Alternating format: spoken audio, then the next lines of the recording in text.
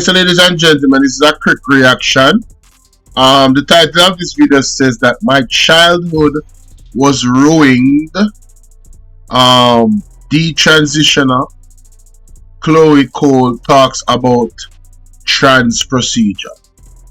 Alright, this is the experience of these individuals. Alright, so therefore, yeah, this is just their word. Alright, so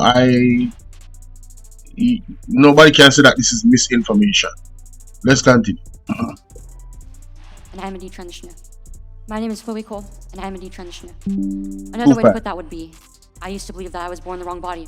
Too fast. Guys, remember to like, share, and subscribe. Thank you kindly. Here we go. My name is Chloe Cole, and I'm a detransitioner. Another way to put that would be, I used to believe that I was born in the wrong body. And the adults in my life whom I trusted affirmed my belief, and this caused me lifelong, irreversible harm. I speak to you today as a victim of one of the biggest medical scandals in the history of the United States of America. I speak to you in the hope that you will have the courage to bring the scandal to an end and ensure that other vulnerable teenagers, children, and young adults don't go through what I went through. Now, what she's mentioning here, ladies and gentlemen, Donald Trump is about to carry out as soon as he gets into office. What she's requesting of the government of America, Donald Trump is going to carry it out as soon as he is sworn in. Alright, I just wanted to put that out there. Let's continue. At the age of 12, I began to experience what my medical team would later diagnose as gender dysphoria. I was well into an early puberty, and I was very uncomfortable with the changes that were happening to my body. I was intimidated by male attention, and when I told my parents that I felt like a boy, in retrospect, all I meant was that I hated puberty, that I wanted this newfound sexual attention to go away, that I looked up to my brothers a little bit more than I did to my sisters. I came out as transgender in a letter I sent on the dining room table. My parents were immediately concerned. They felt like they needed to get outside help from medical professionals, but this proved to be a mistake. It immediately set our entire family down a path of ideologically motivated deceit and coercion. The gender specialist I was taken to see told my parents that I needed to be put on puberty-blocking drugs right away. They asked my parents a simple question: would you rather have a dead daughter or a living transgender son? The choice was enough for my parents to let their guard down, and in retrospect, I can't blame them. This was the moment that we all became victims of so-called gender-affirming care. I was fast-tracked onto puberty blockers and then testosterone. The resulting menopausal-like hot flashes made focusing on school impossible. I still get joint pains and weird pops in my back, but they were far worse when I was on the blockers. A month later, when I was 13, I had my first testosterone injection. It's caused permanent changes to my body. My voice will forever be deeper, my jawline sharper, my nose longer, my bone structure permanently masculinized, my Adam's apple more prominent, my fertility unknown. I look in the mirror sometimes and I feel like a monster.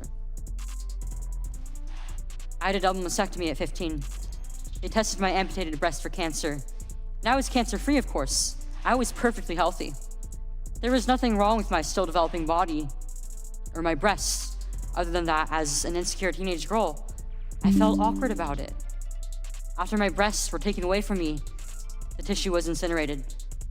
Before I was able to legally drive, I had a huge part of my future womanhood taken from me. I will never be able to breastfeed. I struggle to look at myself in the mirror at times. I still struggle to this day with sexual dysfunction.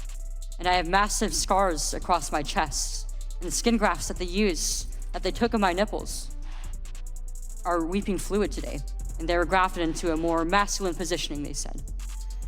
After surgery, my grades in school plummeted. Everything that I went through did nothing to address my underlying mental health issues that I had. And my doctors, with their theories on gender, thought that all my problems would go away as soon as I was surgically transformed into something that vaguely resembled a boy. Their theories were wrong. The drugs and surgeries changed my body, but they did not and could not change the basic reality that I am and forever will be a female. When my specialist first told my parents that they could have a dead daughter or a live transgender son, I wasn't suicidal. I was a happy child who struggled because she was different. However, at 16, after my surgery, I did become suicidal. I'm doing better now, but my parents almost got the dead daughter promised to them by my doctors. My doctors had almost created the very nightmare they said they were trying to avoid. So what message do I want to bring to American teenagers and their families? I didn't need to be lied to. I needed compassion. I needed to be loved.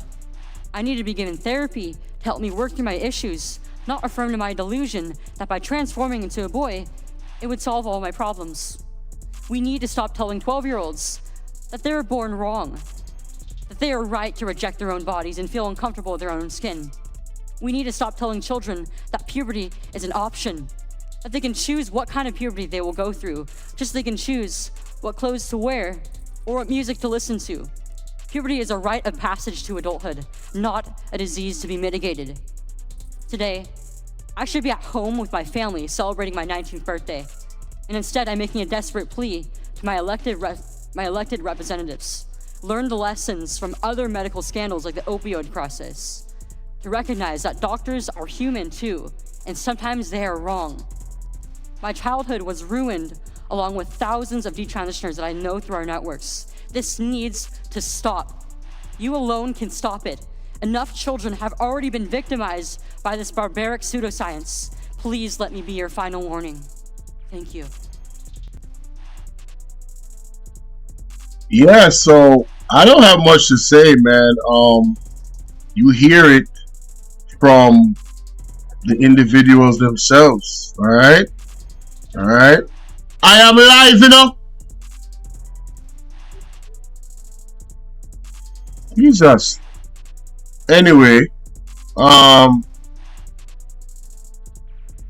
me go to another clip, ladies and gentlemen. All right, and this is in the House. I think it's the House of Representatives. All right. First of all, I want to say thank you for being here. You are 4 incredibly brave women, and you're my heroes. You have been willing to put yourselves out there to address something that many people want you to stop talking. They want to prevent you from talking. Don't listen to them. Make sure that you continue to use your voice to educate us, to educate the American people, because these children are worth saving. Dr. Bowens, I want to thank you for being here. And in your testimony, you referenced what I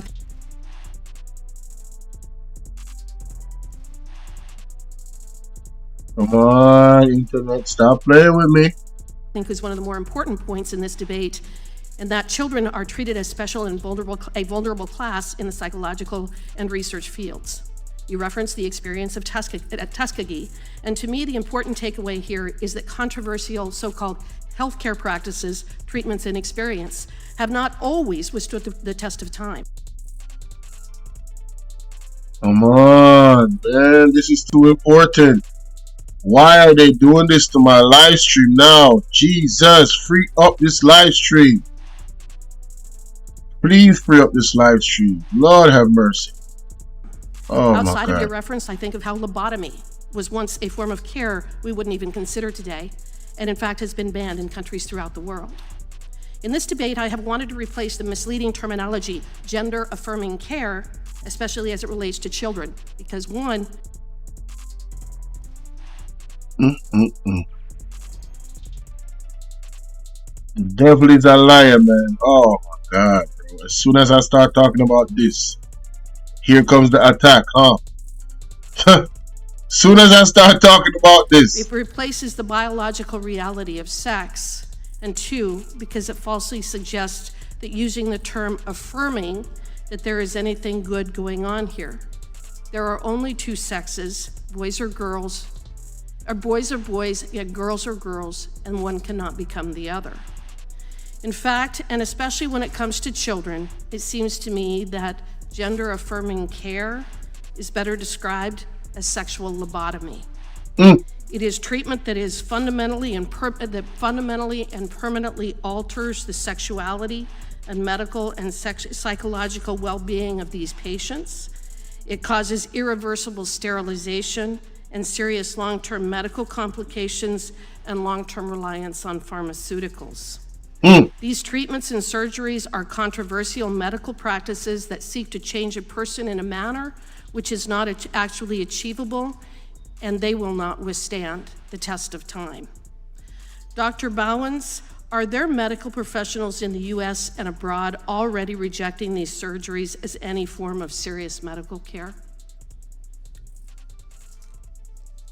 Yes, thank you for your question. And we are seeing an increase of medical professionals speaking out. Just this past week, there were 21 doctors that came out and said, we are very concerned about this. The own AAP, American Academy of Pediatrics, was referenced earlier, and 80% of their membership has been asking for a review of the literature, and they've been denied that review by the upper echelon. So there are, and I listed many other countries, there are people who are standing up because they're seeing the harms done to these kids like Chloe Cole. Can you discuss why Chloe Cole is the young lady I just played a while ago. This is the continuation of that hearing. Alright, this is why this is important. Please pay attention. referring to these treatments as life-saving treatment is so extremely misleading? Yeah, it's misleading for a number of reasons, because for one, the whole impetus of the scientific method is that we're discovering things. We're supposed to be in a process of, is this the right approach or not? And this whole discussion about saying that it's life-saving automatically says there's no room for discussion, there's no room for scientific inquiry, because the science is settled. Science is never settled. It's never settled. That's very important what she's mentioning right now, ladies and gentlemen. Science is always looking to improve. It's an evolving thing. Like the Constitution is an evolving document. You want to make it better, you know, and you got to be careful based off experiences what you change, because you don't want to make things worse in it. It's an amazing statement, because the suicide literature has been around far longer than the transgender literature, and the suicide literature is not conclusive. So we have a real right hand doesn't know what the left hand's doing in this case. It seems to me what we've been living through for the last couple of years is a government that wants to suppress any type of speech that it disagrees with. Exactly. This is why if Kamala Harris won the election, we would be doomed. Especially on a social media space. Oh my God. You couldn't talk about what they don't want you to talk about. You would have to follow whatever it is that they say it is. You could not oppose them. It was going to be all out dictatorship, ladies and gentlemen. And Andrew Onis would have loved it, because he has the same agenda, allegedly. He in the same ballpark. You've heard the Minister of Education, former minister, what's her name? Dr. Dana Morris Dixon. Right. She came out and mentioned that, you know, certain things he said on social media, you know, there's discussion, they want to restrict certain things allegedly. So they were spewing the same rhetoric as Kamala Harris and their government. Guys, I'm telling you, pay attention to what these people say out their mouth. But let's continue. We're talking about the Samoa agreement. We're talking about what these people are experiencing is what they are bringing to Jamaica, essentially. And this guy, this voodoo priest, ladies and gentlemen, oh my God. That's what he's coming here December 12th for, you heard? That with the industrial censorship complex that we've been talking about. And it seems allegedly, that's exactly what's going on here. They want to stop the debate because they know that they can't win it. Dr. Bowens, my last question is what is the success rate of sex change operations? Well, it's hard to find longer-term data with children, but what the data that we do have, which is probably the most reliable data point available, is from a Swedish study And it looked at over 10 years, which is really important because regret doesn't just happen a year after some sort of transition.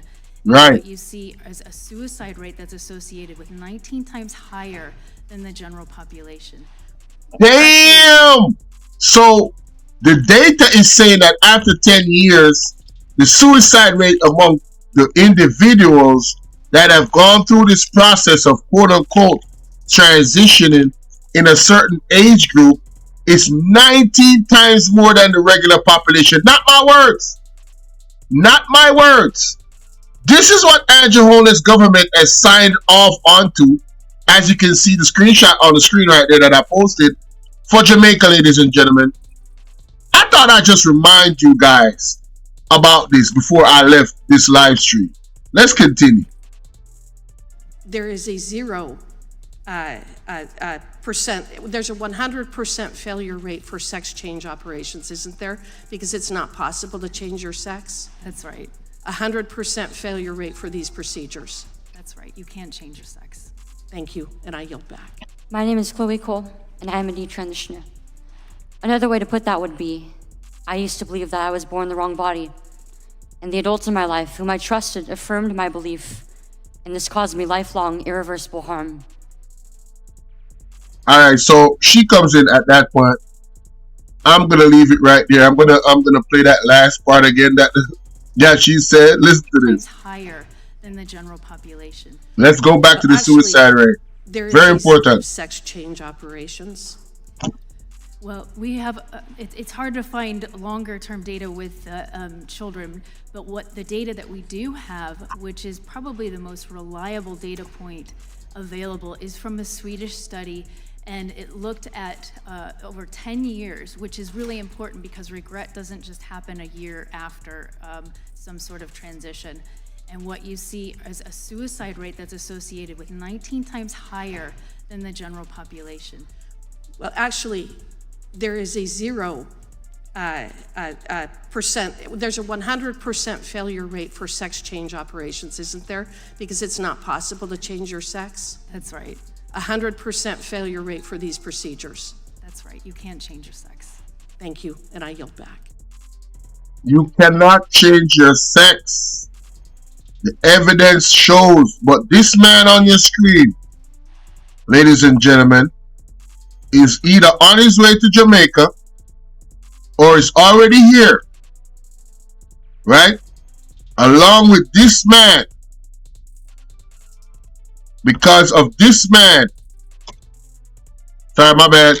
This man on your screen right here, ladies and gentlemen, the voodoo priest. I call him the voodoo priest. And with the blessing of Andrew Holness, is either on his way to Jamaica or is here in Jamaica already, coming to affirm some of these same ideologies of that community onto our kids. That, oh, you can be whatever it is that you want to be. Oh, all sexual practices, it's okay. You know, you could transition, you can do all of that. That is what he's coming here. He's a very big part of the brainwashing, ladies and gentlemen. And their desire and focus is our children. And I'm saying, why would you go down a path that other people have gone down and have failed? The American society has gone down this path and they have done more damage to their society than good. This is an evil, wicked operation, ladies and gentlemen. So please share this video, warn your family, protect your children from this government and from these people. Do not leave your kids in the hands of this government that has signed off on the Samoa agreement. All right, go and research what does that really mean in terms of what they will be educating our kids in school. Right? all this spirituality. The devil is a liar. Alright? And that's my time. I don't even know. I might go live later on, but that's my time, ladies and gentlemen. That's my time.